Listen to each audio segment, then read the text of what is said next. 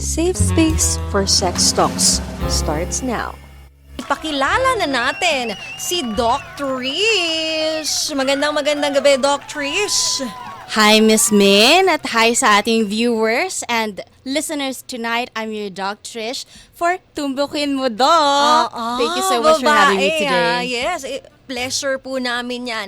Ayun nga, Doc, kanina napakinggan mo ba yung ating main confession? Yes. So, siya ay may anak na nagbibinata, 13 years old, name is Stan. And then, yung ating letter sender, parang nagtataka daw siya na yung anak niyang 13 years old, ikumpara dun sa mga kaibigan, kasabayan o kapitbahay, maliit daw. Dapat niya daw bang ipa-check up na to para sa edad na 13 years old na nagbibinata na? Okay, Miss Min. So, gusto ko po munang ipaalam sa lahat ng mga gulang at mga guardian na nakikinig sa atin ngayon na una sa lahat, don't panic. It's organic. Yes, Miss Min. naman. Kasi naman, ang una nilang gagawin, bakit yung anak ni ganito? Oo, hindi ba ganito na yung height? tumatangkad? Oo. Yes.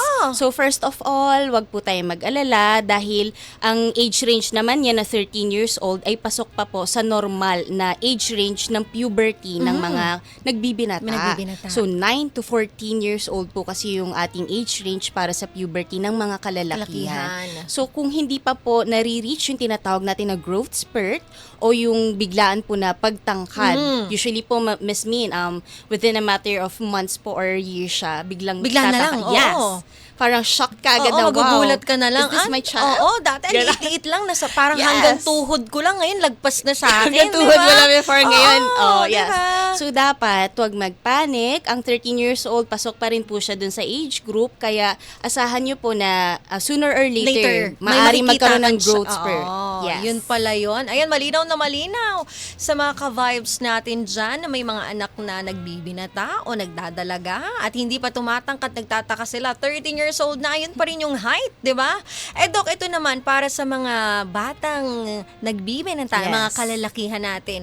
Pag hindi pa ba tinutubuan ng bigote ang isang 13 years old, matatawag daw po ba tong abnormal na? Ayan. Ito na naman yung isa nating Oo, don't panic, it's it's- organic. So, mga mami, mga daddy, at atin po mga guardian. So, 13 years old po yung anak, di ba? Yung caller po Yes. natin for tonight. Again, hindi po abnormal na kapag sumapit na ng 13 years old, wala pang bigote, Oo. ay may sakit na yung anak natin. niya, oo. So, again, hindi po natin dapat kinukumpara parati sa developmental Ng iba. stages ng ibang Oo. bata.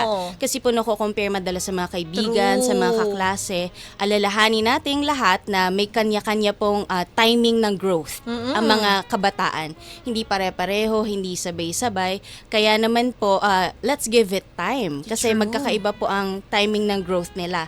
At meron po ulit tayong tinatawag na puberty, madam. Yung Yes. aking binabanggit earlier, Oo. pag sinabi kasi nating puberty, yun po yung stage kung saan nagda-develop na yung katawan po ng mga Nag-iiba. bata. Yes. Nagmamature, Yes, nagiging nagmamature. adult. Nagiging adult Oo. dahil po sa hormones. Hormones. So, sa pagdating po nila ng stage na ito, dahil sa hormones, nagkakaroon na po ng posibilidad na sila ay maging ready for reproduction. So, yun po yung stage ng ating puberty. At gaya din po ng sinasabi ko sa inyo kanina, meron din tayong term na growth spurt na isa din po sa mga senyales na nag-undergo na ng puberty yung kabataan. So, ang need po nating malaman dito is yung bigote. Hindi po siya yung pinakang unang makikita mo kapag Nagbibinata na kapag ang isang nagbibinata. lalaki. Ano, Doc? Ma'am, kapag nagbibinata na, una muna sa lahat, yung testicular o yung bayag, yung scrotum, lumalaki na siya.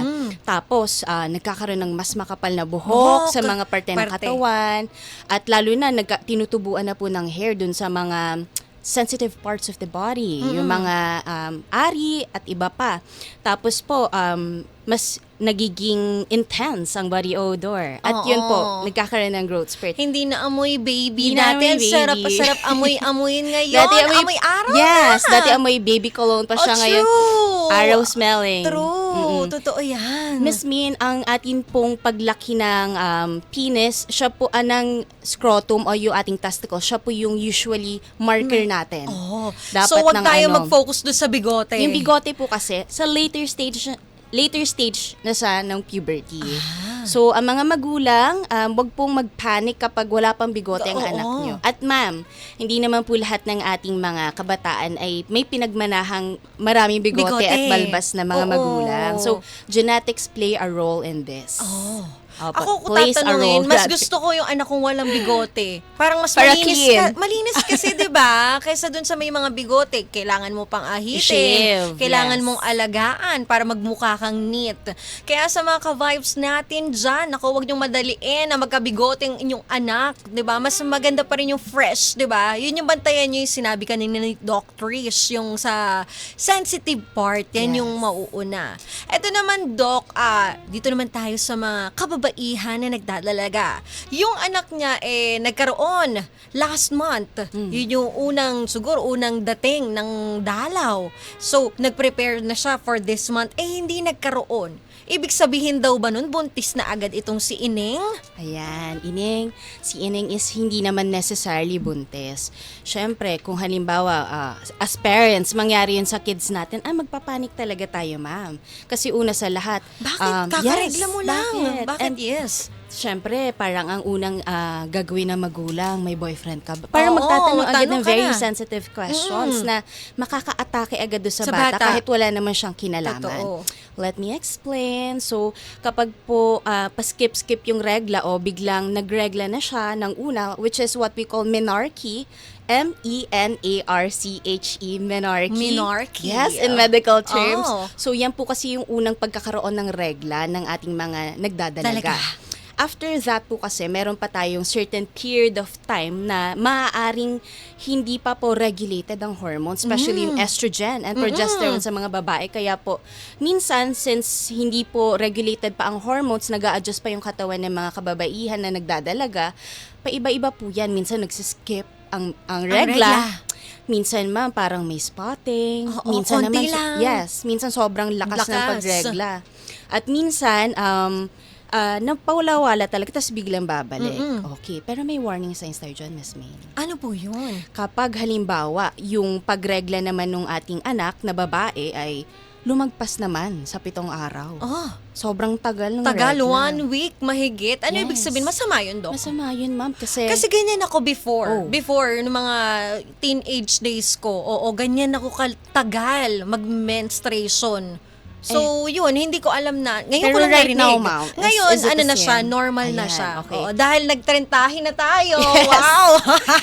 so nag-adjust na yung katawan natin dahil tayo Ayun. trentahin na. Pero yung pala, Oh. masama pala yun pag more than 7 days. Yes.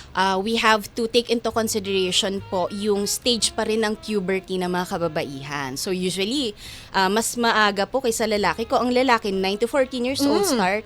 Tayo namang mga kababaihan, 8 years old to 13 years old. Oh. So, kapag po lagpas ng 1 linggo, imagine na lang po yung dugo na nababawas sa Oo katawan, di ba? naman. So, ang inaalala natin dyan bilang mga magulang, ako bilang future parent. Yes. So, kung halimbawa, mas napapadami ba yung nilalabas Labas na ng dugo? anak mo. Kasi baka maging anemic. Anemic. Yes, correct. Tapos, kasunod na Tapos po. hindi pa nagpa-vitamins, Yes, Doc. ayun mag-vitamins. Oo. So usually din ma'am, nagbibigay din tayo ng mga iron supplementation kapag sobrang lakas po Lakas. ng pagregla sa mga babae. Tapos, isa pang sasabihin mo sa anak na babae, dun po sa ating nagtanong, kailangan po mahalaga na may tracker. So, in old school po na pamamaraan, ng pag-track natin ng ating regla, unang araw ng regla mo, ilalagay natin ang Date kung kailan. Yes, tapos po yung huling araw ng regla para nakikita mo kung ilang araw ba usually nagkakaregla yung ating anak. Tapos po, bawat cycle, ganun po ang gagawin niya. Tapos, mahalaga din po na nanonote din ng anak natin kung ano ba yung mga nararamdaman niya habang nagkakaregla. Kasi, anak, ikaw ba ay tinitigyawat, sumasakit ba sobra yung tiyan mo? In yung medical puson terms, mo. it's dysmenorrhea, right? Oo. So, kapag yung anak natin masyado nang nananakit yung tiyan, kasi may chances na maaaring kailangan pa natin ipakonsulto with a specialist doctor. Kapag sobrang sakit. Yes, na to the point na hindi na nakakapasok sa school, ma'am. Nangyari na ba yun sa'yo before? Oo. Nung ako'y kasi 12 years old ako nagkaroon Ayan. First menstruation ko. Dumating sa point na yung first na na dalaw sa akin, hindi ko talaga siya kinaya. Talagang nakahiga lang ako para akong baby, ganon. Yes, ma'am. And unfortunately, even until adulthood, meron tayong mga totoo naman kababaihan na nagsasuffer pa rin from severe dysmenorrhea. So, speaking of kababaihan, Happy Women's Month! Yes, Okay, syempre. Happy Women's Month po! Ayan. Oo. So, going back to our conversation, gusto ko lang din pong i-highlight yung kahalagahan na tinatrack po natin lahat ng sintomas. Para po sa mga susunod na cycles ng regla ng ating anak na babae, mapapaghandaan natin to. Bukod po sa pag-track niyan, kailangan po kinukumusta mo rin yung iyong anak. Hindi yung pinapabayaan mo na siya lang mag-isa dun sa stage Yes. na yun na kailangan niya ng support system at guide, 'di ba? Yes, kasi minsan may mga pagkakataon po na unang nagregla yung anak mo. Tapos hindi niya sasabihin kasi Natatakot siya. Nahihiya. Oo, totoo yan. Diba? Oo. So, ang magandang gawin, kapag alam mo na nasa age range na ng puberty ang iyong anak na babae. Bantayan, ha? Yes, correct. Babantayan mo na, tatanungin mo in a very calm manner na, anak, musta? Ganyan.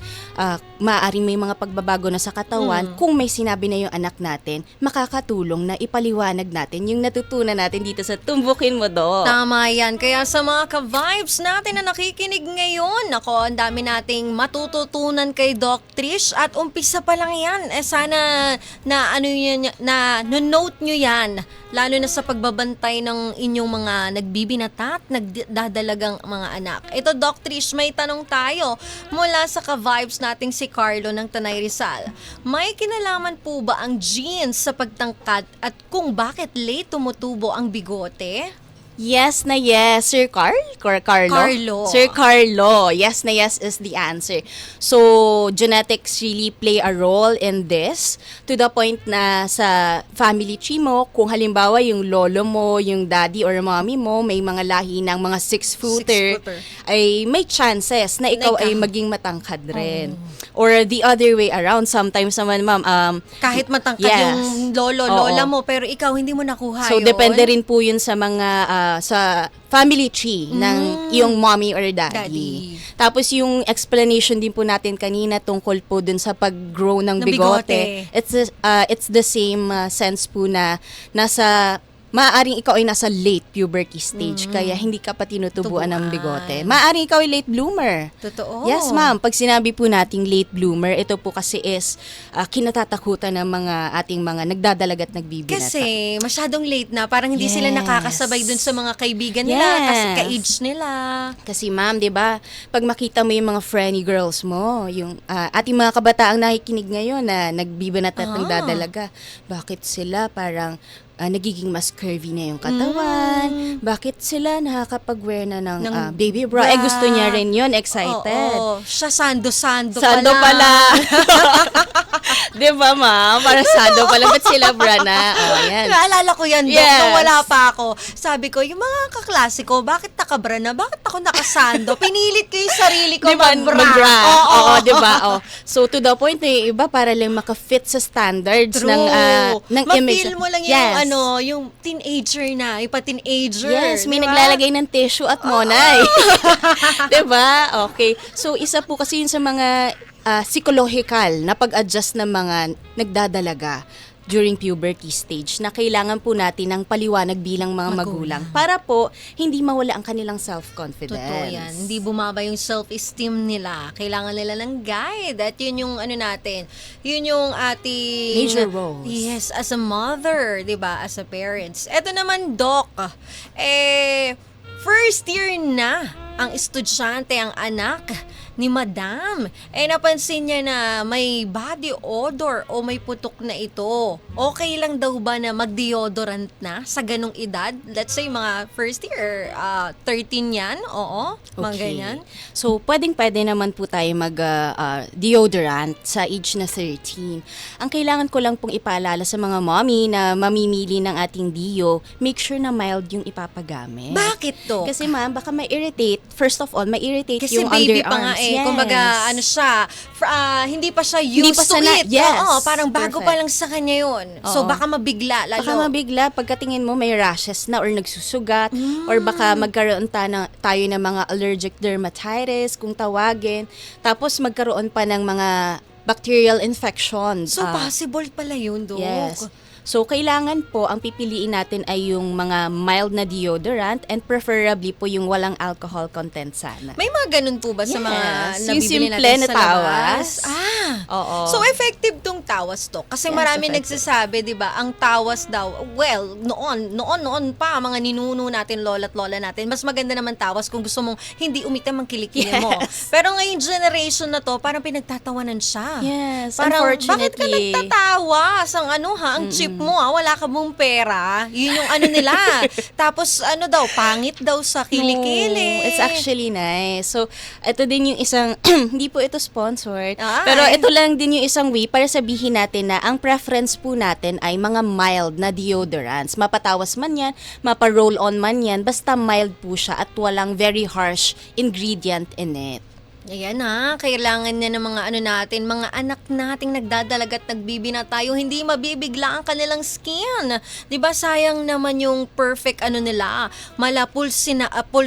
Porcelana. Oo, na bala tapos biglang mangitim or Yes. magka-rashes. Sayang naman. Kaya importante yan na pinipili natin yung ilalagay natin sa katawan nila yung safe para sa kanila.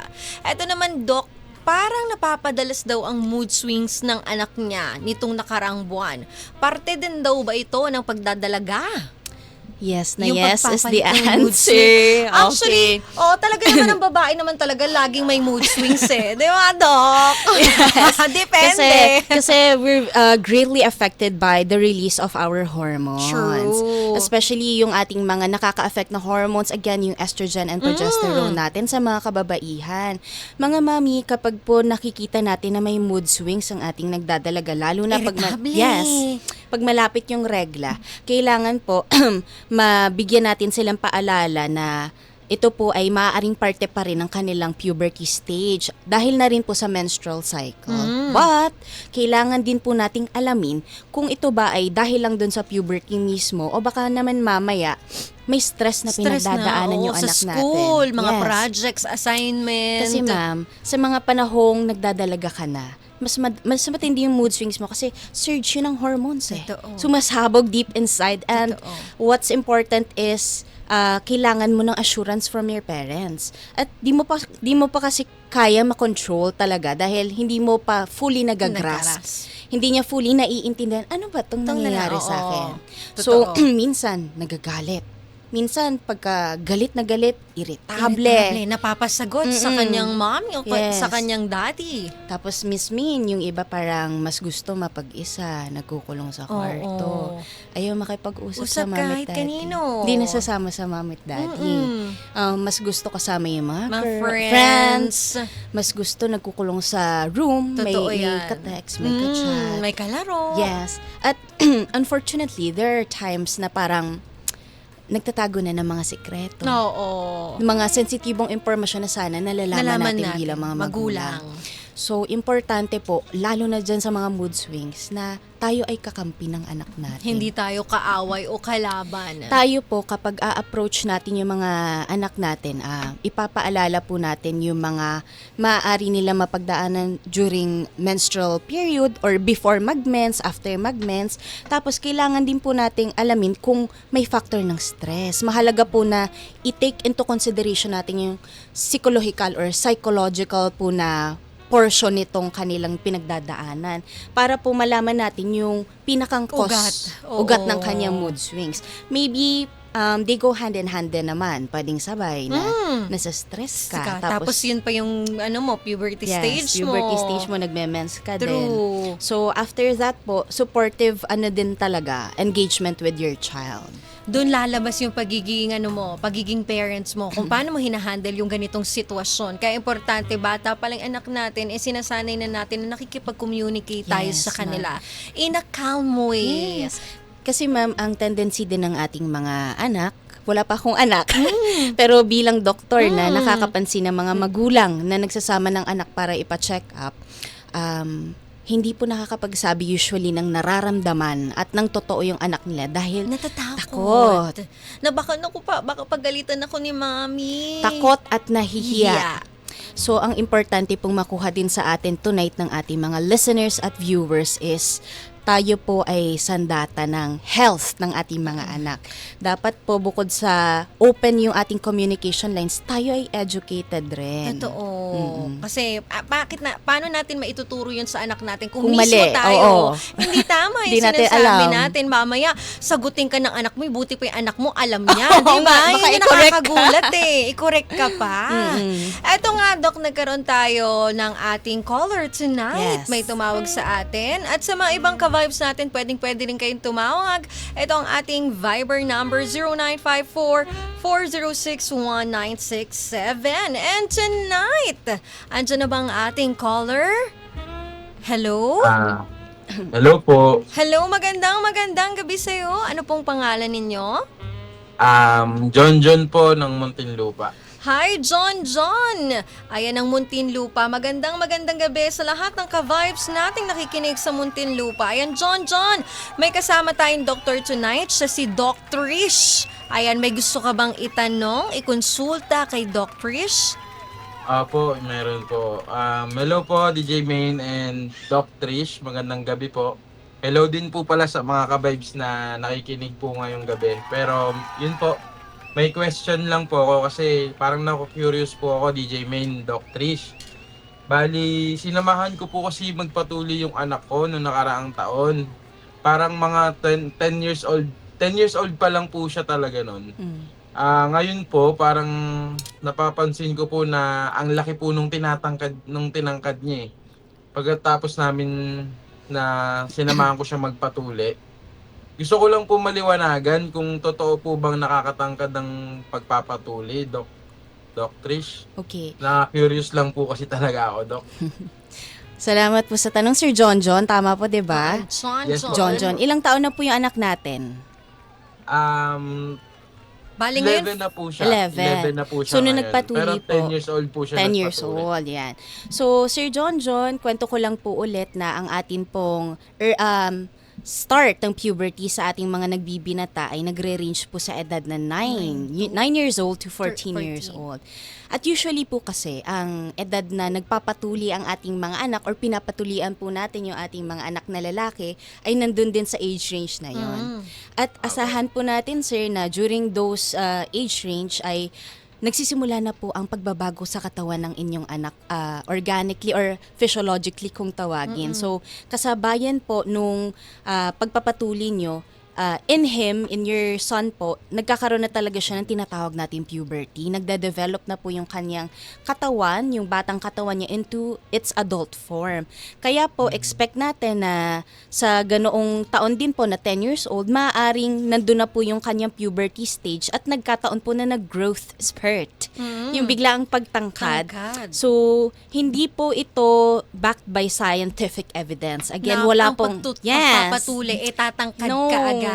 Kasi po usually nakakorelate nating mga Totoo, Pilipino yan. nakasanayan natin yan. Oo, na parang, magpatuli Patuli ka para tumangkad ka. na. Oo. Kaso nagpatuli na, tingnan mo, ang laki ng tinangkad mo. O, diba? So, it's actually, it makes me laugh whenever I hear it. But to tell you the truth, wala po tayong scientific evidence to back this up na ang pagpapatuli yung mismong nagpapatangkad.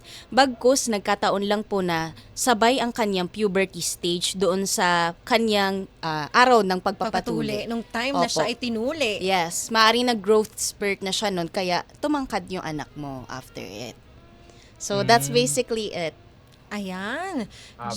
John, may karagdagang tanong ka pa ba kay Doc Trish? Bali, wala na po. Yun na po, parang na-curious lang naman po talaga ako. Pero okay naman na po. Nasagot naman po yung tanong ko. Ayan. May gusto kang batiin? Family mo, kaibigan mo? Yes po, meron po akong gustong batiin. Si Ray Perez, nakikinig po kasi siya ngayon.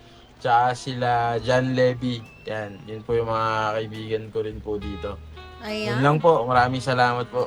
Maraming salamat, John, ng tama ba? Muntinlupa. Ayan, Yes po, Muntinlupa. apo. Thank you. Thank you po mga kabahay. Salamat po. God bless po. Ayan.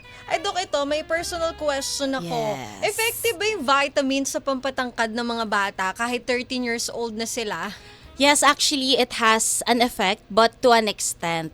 So, hindi po dapat natin Dinidepende doon. dinidepende doon sa vitamin supplementation yung pagtangkad ng mga anak natin. It can only help to an extent. Oh. Lagi po nating iisipin ang ating genetics. So, nasa genes pa rin niya. Yes. Kasi nagre-reklamo si Mommy. Oh. Ano ba yan? Ilang taong ka na? Liit-liit mo pa. Ayan, binilhan kita ng vitamins na pampatangkad. Pero kung ganun talaga yung height nila, yung family tree nila, Yes. wala nang magagawa doon. Yes. Di ba kahit patalunin nyo every year or every Every bagong new taon. year. Oo. Oo. Di ba? Ayan, na dami-dami nating natututunan. Kahit ako, even ako, especially nako, yung mga mommy natin, yung first time maging mommy. At least ngayon pa lang, alam ninyo na, 'di ba, yung informative na kayo, knowledgeable na kayo. At least habang lumalaki yung inyong anak, alam niyo na kung paano siya gabayan.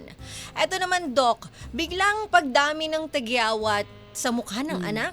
Paano malalaman kung dulot daw ba ito ng stress o puberty? Yes. First of all, kapag dumadami na kasi yung tagyawat, syempre, dahil ulit to sa hormones. Kasi mas nagiging aktibo yung oil glands ng ating mga nagdadalagat nagbibinata. Same concept po kanina dun sa pagpapawis. Yes. Na yung sweat glands naman ay mas nagiging active. Ito naman, oil glands. Oh. So, para malaman po natin kung ito ba ay Puberty pa or or stress, ask again your children, kumusta ka na anak? Ganon. Musta nangyari sa'yo sa school? Kasi kailangan nating i-probe o tanungin ng maayos yung anak natin kung ikaw ba'y may pinagdadaanan, may nakakaaway Away ka ba? ba? Baka mamaya po, sorry for the term, pero nabubuli. Oh, or, totoo naman yan. Diba? May mga ibang Yun ang bata pinakamasakit, na ma'am, eh. Totoo, natatakot magsumbong. Pinakamasakit din yun na malaman mo yung anak mo Na ginaganon ng ibang bata. Totoo. Kaya dapat inaalam din natin. So parang probing po our children kung ito ba ay stress-induced or ito ba ay sanhi pa rin ng puberty. Totoo. Ang pinakamahalaga rin naman po is magabayan natin sila ng tamang hygiene. Oh, Sa maligo. body odor din, ma'am, ganun din. Oo, totoo yan. Yes, kasi po itong stress, tandaan po natin na pag stressed ang ating katawan, tayo, lalo na yung mga kabataan natin, tataas yung hormone na cortisol. At pag tumaas po yung hormone na cortisol, asahan po natin na yan, tumitindi yung inflammation sa katawan. Maaari din pong mag-worsen yung oil production. Kasi nga po, yung cortisol, tumataas. Natitrigger siya. Yes. Parang ganun. Natitrigger yung cortisol hormone. Pag Oo. nai-stress ka, kaya expect mo na yung oil production. Ang dami. Lalala. Lalala. At pag lumala po ang oil production, expect na yung pores natin makaklog yan. Talagang open na Yes. open siya. Yes, ma'am. Pag naklog yung pores mo, expect na magkakaroon ka ng maraming tagyawat. Totoo. Pag dumami yung tagyawat mo, ang pinakang problema dyan ay kapag madumi ang kamay, hindi nililinis yung Hinihigaan. face. Yes, this applies to us also. Totoo. Kahit sa mga adult. Oo. Kasi ma'am, kapag halimbawa nahawakan mo, na-scratch mo yung face mo, may tagyawat, nasugatan, pwede yung ma-infect pag di ka naglilinis ng mukha. Totoo. Kaya importante na tayo sa hygiene natin. Conscious tayo sa hygiene natin. Yes.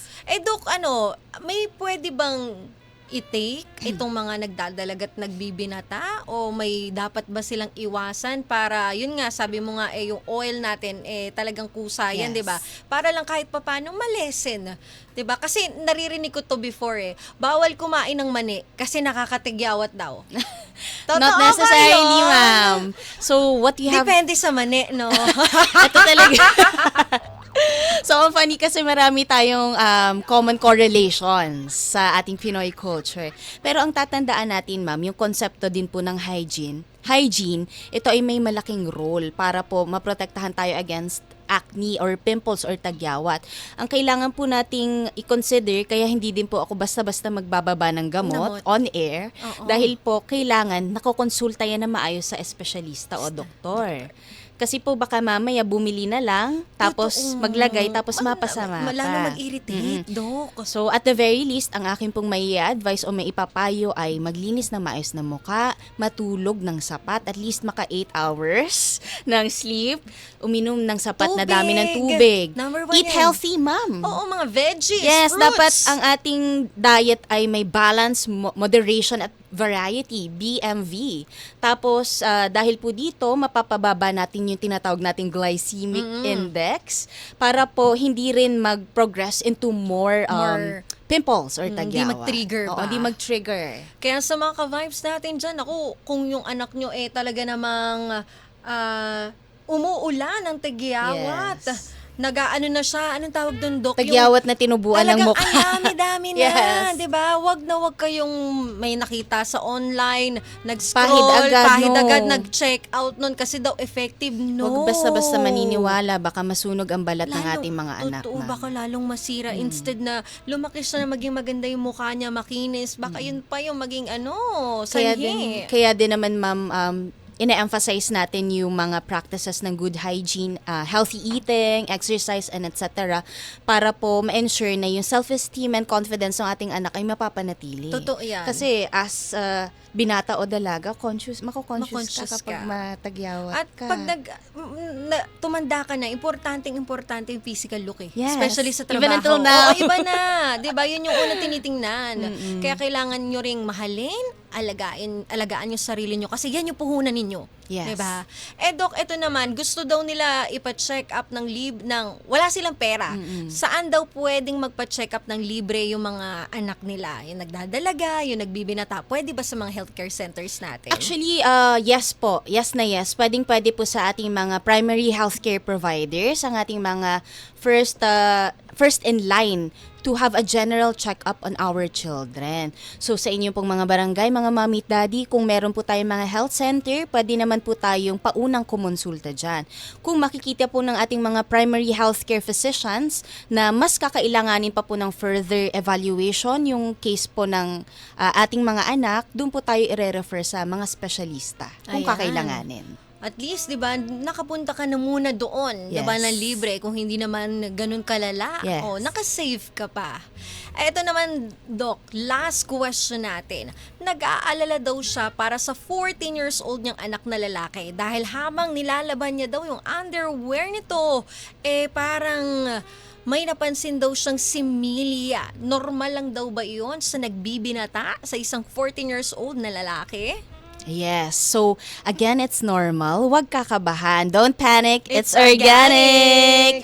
Kasi naman, ma'am, syempre, mag-iisip yan bakit ako lalaki tapos may nilalabas na likido. Oo. Hindi ba para mga kababaihan yung nireregla, but ako rin meron. Oo. So, pag po tayo ay nag-undergo ng puberty, as mga kalalakihang nagbibinata, meron po kasing semilya. So, yung semilya, pinoproduce po siya ng mga testicles natin. And due to the hormone testosterone, na talaga namang nagsasurge kapag nagbibinata. So, sometimes, dahil po sa surge na ito, yung mga production po ng ating semilya sa reproductive organs natin, minsan po, kapag tulog ang binata, ang anak, unknowingly, lumalabas siya on its own. So, kahit hindi niya walang alam ginagawa. yun. Hindi niya Oo. alam. Kumbaga, Oo. unconscious siya doon. Oo, unconscious.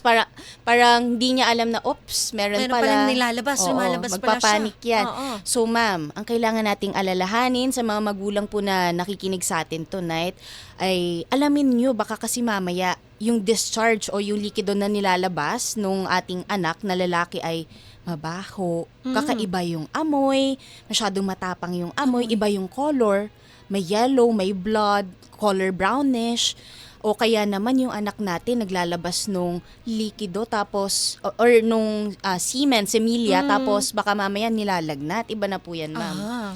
Kailangan So, pinapa-check up naman Oo. yan. Pero kung ganun lang naman, yung Walang normal, amoy, yung oo. white lang siya na discharge, Charge. para po siyang malapot. Kung iisipin niyo po, malapot siya na liquid. Na Parang sipon. Yeah, parang sipon, correct. Oo. Color white. So, ito po yung ating semilya na, sa mga kalalakihan. So, normal pa rin po ito at huwag kayong mag-aalala. Ayan. Lalo na kung nasa age range na 9 to 14 for males. Ayan, 9 to yun, 14 years old. Oo, dyan lang kayo kaban, sabi nga ni Doc. Pag may kakaiba, yung masangsang, iba yung kulay. Yes. Naku, wag nyo na pong idalawang isip pa. Ilapit nyo na sa ating mga healthcare centers yan at ipa-check up nyo na. Eto, Doc, bago tayo matapos, tanong ni Ka-Vibe, Sari Lerma. Ask ko lang kay Doc, bakit po ba nag-iiba yung mood kapag may period? At masama masama po ba na uminom ng gamot during period? Okay. So, let me explain. Number 1, nag-iiba yung Mood ng Ayan. isang babae. Yes. Kasi ma'am, heavily affected po tayo ng ating mga hormone production, yung estrogen at progesterone natin, lalo na kapag tayo ay may menstruation. Kaya naman, asahan po natin na dahil nag-a-adjust yung katawan natin sa pabago-bagong pagbugso ng hormones, talaga namang medyo paiba-iba din Parang yung tayo mood. nasa roller coaster. Yan! Yes! Di ba? Perfect! Yung biglang masaya ka, Oo. biglang sisigaw ka. Tas ayaw mo biglang, na mamansin. Iiyak ka, ayaw mo na mamansin. Yes. Tulala ka. Oo. Halo-halong emosyon. Eto, ang kailangan ko din masabi dyan, pwede naman siyang uminom ng supplements, but take into consideration po na ito dapat ay FDA approved. And aside from that, dapat po ay nagko-consult din tayo with a doctor. Kasi po, maaaring itong kanyang mood changes, hindi lang pala dahil sa puberty. Baka mamaya dahil sa stress. Totoo. O kaya naman ma'am, pag mood changes po kasi ang symptoms or sign na nakikita natin sa ating anak, isipin po natin, ito ba ay stress, ito ba ay puberty, o baka ito ay sakit na. Sakit na. Kasi sa mga kababaihan, ma'am, ang mood swings, pwede po din niya maging present kapag may mga thyroid disorders Totoo. or diseases yung ating anak. O kaya yung ating polycystic ovarian syndrome or PCOS. PCOS. At iba pa. Oo. Kaya po, dapat tinitingnan natin, tinatanong nating maigi yung anak nating babae. Kasi baka mamaya ay iba na po pala ang rason at kailangan na ng intervention ng spesyalistang doktor. Kaya importante na inaalagaan, tinatanong, nakikipag-communicate Yes. tayo. Hindi lang basta ito lang yung tinitingnan natin isang factor kasi maraming pwedeng maging factors Yes. Ayan, maraming salamat sa iyo, Dr. Ismay. Pahabol ka ba sa mga ka-vibes natin tonight? Yes, mga ka-vibes! Thank you for having me tonight. I'm Doc Trish. And shoutout na lang din po sa ating HSD family, sa ating Love, Joy, Hope, at sa aking family, The Besa Sedario, and Maestro family, of course. So, thank you for this platform, and I hope po ang ating mga ka-vibes ay tututok muli sa Tumbukin Mo, Doc. Sa susunod, Sa susunod na Wednesday. night. Naku, ang Yes. dami naming natutunan sa'yo, Doc. I'm sure lahat ng ka-vibes natin. Kaya sa mga ka-vibes natin, every Wednesday, abangan na ang Tumbukin Mo, Doc. Dito lang yan sa programa Main Event. At tayo naman ay dire-diretso pa rin. Hanggang alas 12 pa rin tayo ng hating gabi magkakasama at magkakapiling. Kaya walang lipatan ka-vibes. Dito lang yan sa 92.3 FM Radio. Ka-vibes ang lupet.